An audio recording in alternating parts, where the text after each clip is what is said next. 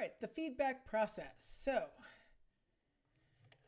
um, we got this little loop going on here where attend to the feedback refers to, paying attention, hearing it. Processing the feedback is like thinking about it and internalizing it and maybe thinking of your own personal examples of your own behaviors that might be being, might illustrate the feedback that you got, like really internalizing it. And then the last stage there on the bottom is using the feedback. So actually changing behavior in the workplace as a result of that. And so notice it's a loop because using the feedback also causes you to reflect back again and pay attention to that feedback again, which causes you to process it more deeply. And then that maybe for days and weeks probably affects the way that you're using that feedback in this, sort of loop. It's probably most pronounced early, like right after the feedback process occurred, right? Like right after the meeting, you're sort of the most motivated by that feedback. And then it does kind of wane as time goes on, right? But this is sort of the loop of how it has its impact.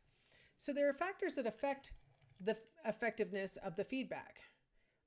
One is the environment and one is the orientation. So the organization's climate and attitude towards feedback can have impacts on how much the rate E internalizes that feedback.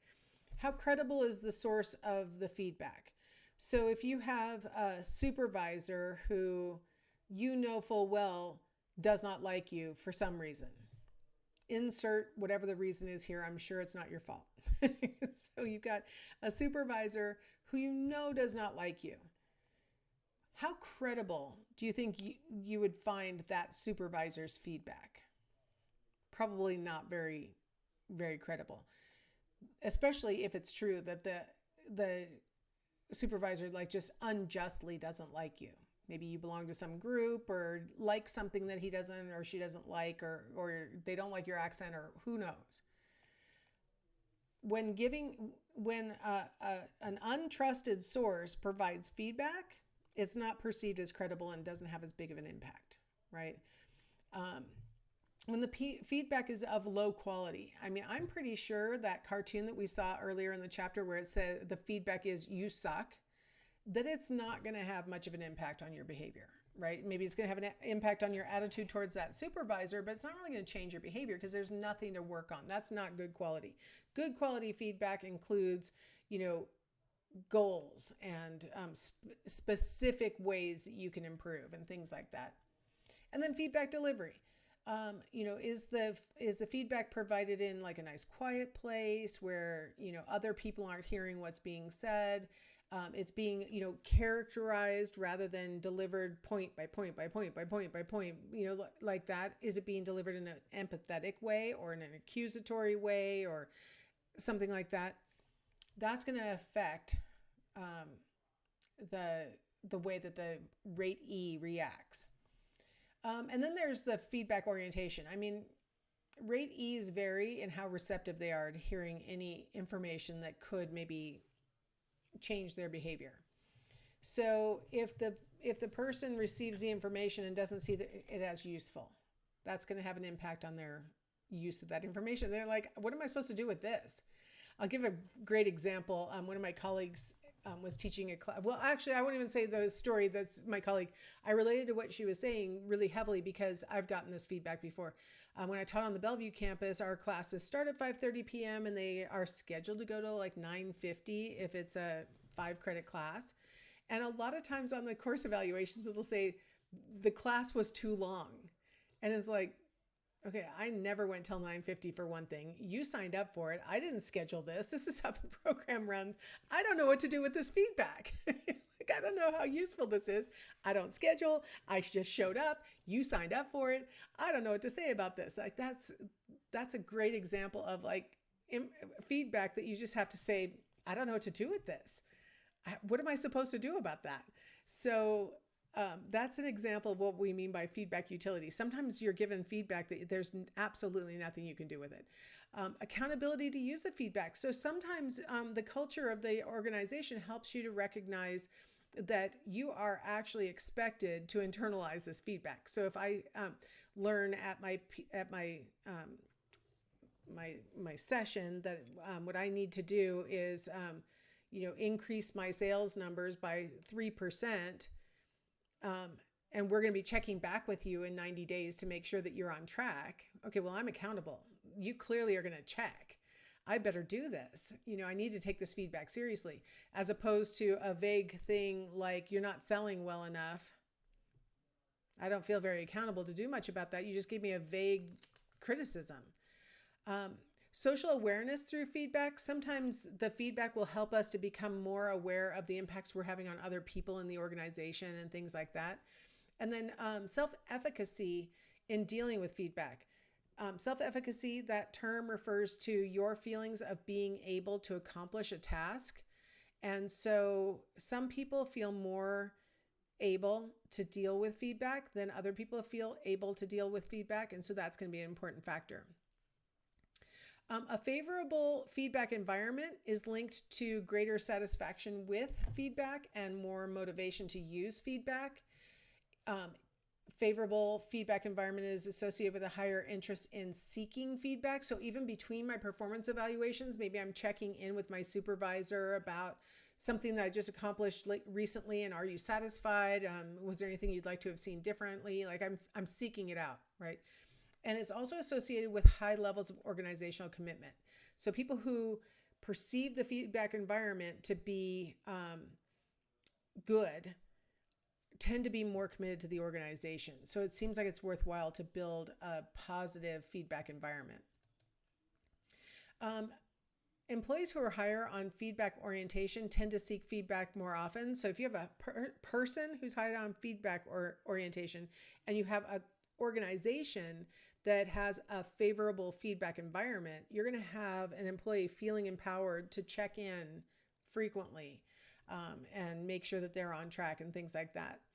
So it's worthwhile to build a positive feedback environment, and of course, have employees who want feedback. That's certainly helpful. All right, so there are some legal issues in performance appraisal. In the United States, it's illegal to discriminate in performance appraisal on the basis of any of the things on the screen there.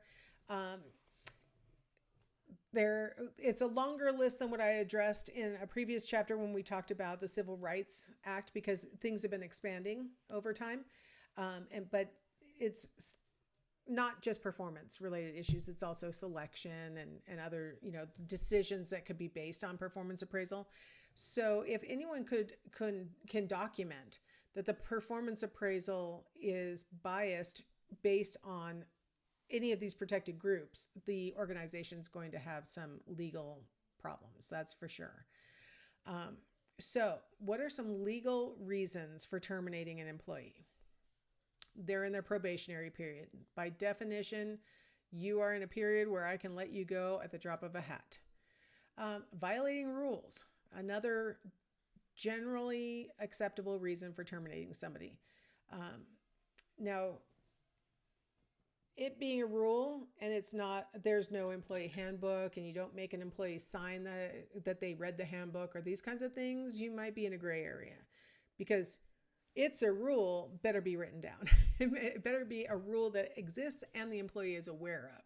And you need to be able to show that they're aware of it. And that usually means it's in some kind of writing and they had to acknowledge that they read that writing. That's usually it. The violation of the rule also has to be proven. So you can't just say that they violated a rule. And the rule has to be equally enforced. Everybody has to be subject to those same rules.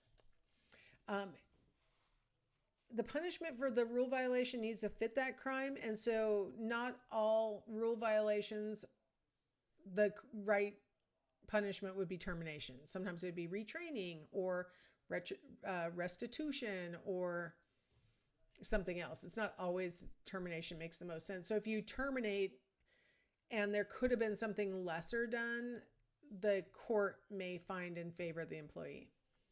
Inability to perform. So this is a legal reason for termination, as long as there is some standard of performance that, again, the employee knows about, and that standard is concrete, like something measurable. It can't be something vague like, they're enthusiastic. It needs to be something concrete.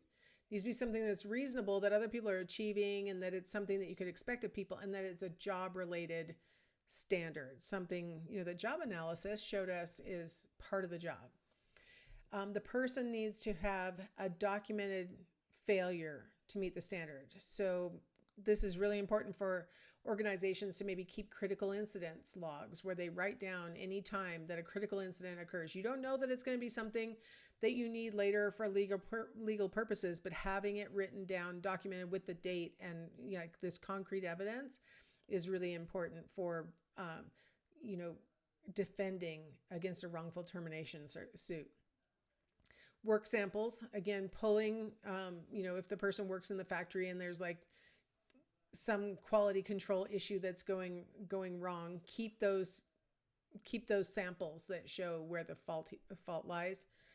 And then performance ratings. Okay, so here's where performance appraisal may be one of those factors that the organization needs to be able to show. We terminated this person because according to these performance ratings, they were not performing at the level that we needed.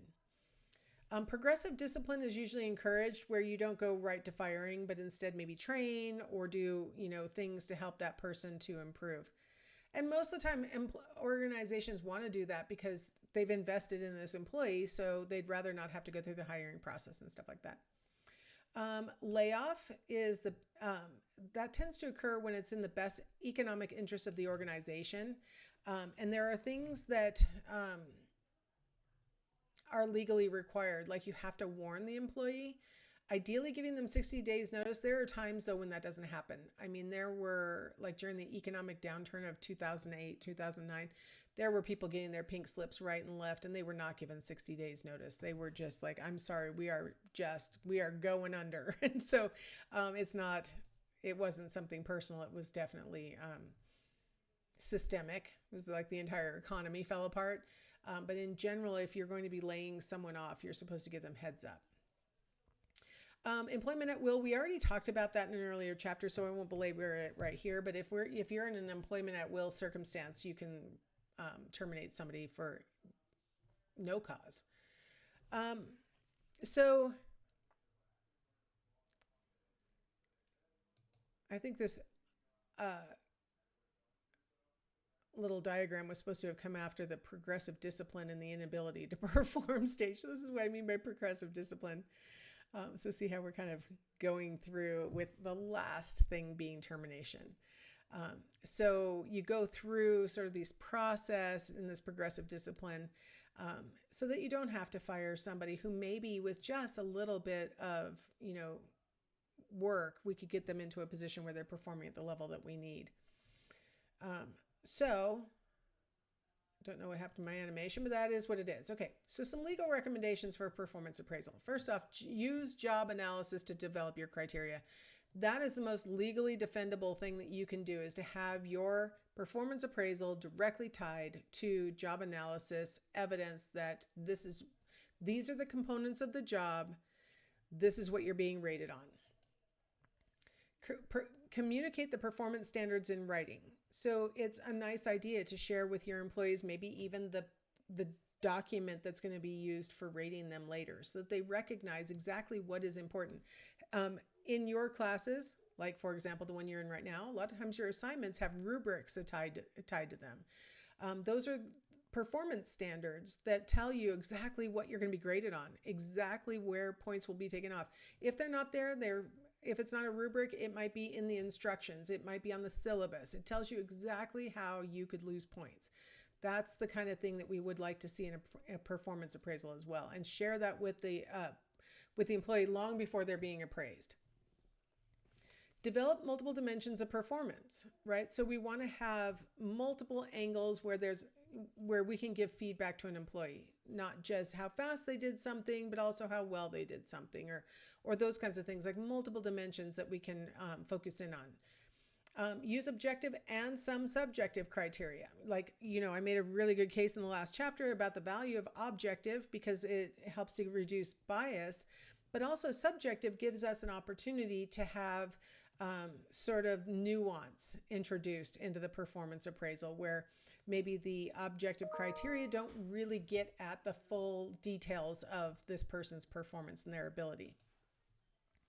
Give employees access to an appeal. Let them contest what's in that performance appraisal, because sometimes they feel like it wasn't fair and you didn't take everything into consideration. And maybe they're basically making an argument about some of those rater errors that we talked about. Like, they probably don't know the names of those things, but they're like, wait, I don't think you noticed everything. Or how come all of the examples came from the last 2 weeks? What about the stuff that I did before? And things like that.